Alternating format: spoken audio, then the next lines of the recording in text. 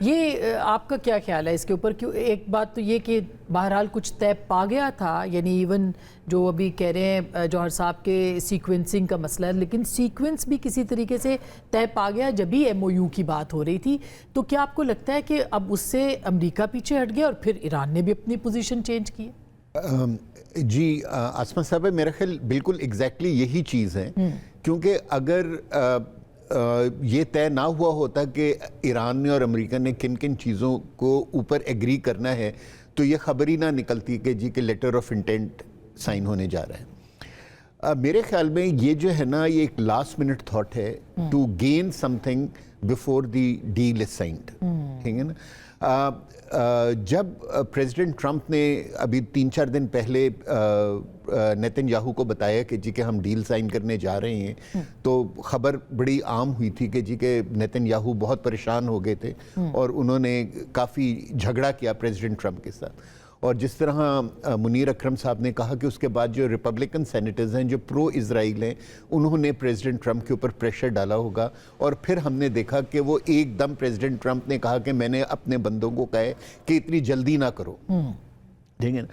سو میرے خیال میں it is a last ditch effort by them to gain something out of this conflict, کیونکہ امریکہ کو وہ جس کو کہتے ہیں نا نوٹ آف وکٹری نہیں مل رہی، جس کے لیے وہ بہت ڈیسپریٹلی کوشش کر رہے. پریزیڈنٹ ٹرمپ نے میڈیا کو استعمال کیا بہت اچھے طریقے سے، لیکن وہ پھر بھی اپنے لوگوں کو اور دنیا کو یہ کنونس نہیں کر سکے کہ یہ کانفلکٹ انہوں نے جیتا ہے. اور اگر آسما صاحبہ اگر وہ دوبارہ اٹیک کرنے کی دھمکیاں تو دے رہے ہیں، لیکن they will not gain anything. وہ ان کو بھی پتہ ہے اور دنیا کو بھی پتہ ہے، سب سے زیادہ ایران کو پتہ ہے کہ وہ گین اس وقت تک نہیں کریں گے جب تک اسرائیل اور امریکہ بوٹس آن گراؤنڈ نہیں کرنا چاہیں گے. سو وہ بومبنگ کر کے سوشو اکنامک سٹرکچر کو تباہ کر دیں گے، ایران کو اور تکلیف دے دیں گے، لیکن وکٹری حاصل نہیں کر سکیں گے، کیونکہ وکٹری صرف اس وقت ہوگی جب بوٹس آن گراؤنڈ ہوں گے. اور وہی چیز ہے جو ایران چاہ رہے ہیں کہ وہ یہ غلطی کریں، وہ آئیں تاکہ وہ ڈیڈ باڈیز جو ہیں امریکہ جا سکیں. اور پریزیڈنٹ ٹرمپ جتنے ان پاپولر آج کل امریکہ میں ہوئے ہوئے ہوں، اور ان پاپولر ہوں گے جب باڈی بیگز ادھر پہنچنا شروع ہوں گے. So it is a war of nerves. اور میں بالکل ایگری کرتا ہوں جوہر سلیم صاحب سے کہ جب انہوں نے کہا کہ دس از ناٹ بائنڈنگ، اور ہمیں بھی جو ہے نا کیا کہتے ہیں، آلدو ابھی ڈائریکٹلی پریزیڈنٹ یا جو امریکن ایڈمنسٹریشن ہے اس نے اس پوائنٹ آف ویو کو کنکر نہیں کیا ہے، لیکن اگر ہوتا ہے تو میرے خیال میں سعودی عربیہ جو ہے نا وہ کبھی بھی اس چیز پہ تیار نہیں ہوگا جب تک پیلسٹینین ایشو سینٹر ٹیبل پر نہیں آئے گا. اور ان کے بہت سارے جو غیر سرکاری ذرائع ہیں وہ یہ بات کر بھی رہے ہیں. ہاں، اور دیکھیں کئی مرتبہ نا ہم غلط وہ بھی انڈرسٹینڈنگ کر لیتے ہیں. Out of 57 Muslim countries only 8 have accepted Abraham Accord.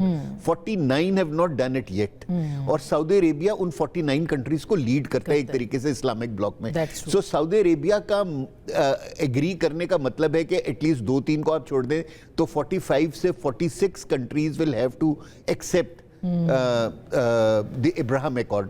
اور اگر ابراہم ایکارڈ مسلم دنیا میں گورنمنٹس تو شاید اڈیپٹیبل ہو جائیں، لیکن جو سٹریٹ ہے مسلم سٹریٹ وہ اس کو تسلیم نہیں کرے گا. بالکل ویری امپورٹنٹ. انور صاحب آپ کو کیا، آپ تو واشنگٹن میں ہیں، وہاں پہ کیا وائبز ہیں؟ یہ واقعی یہ ایک کہتے ہیں نا کہ وہ بہتے دریا سے ہاتھ دھو لیں، تو وہ یہی کام ہو رہا ہے کہ پریزیڈنٹ ٹرمپ نے کہا چلتے ہاتھوں چلتے چلتے یہ بھی کام کر جائیں کہ اسرائیل کو تسلیم کر لیں سارے مسلم ملک. لیکن فیوچر کیا نظر آ رہا ہے آپ کو اس ڈیل کا؟ واشنگٹن کیا کہہ رہا ہے؟ دیکھیں یہ جو ہے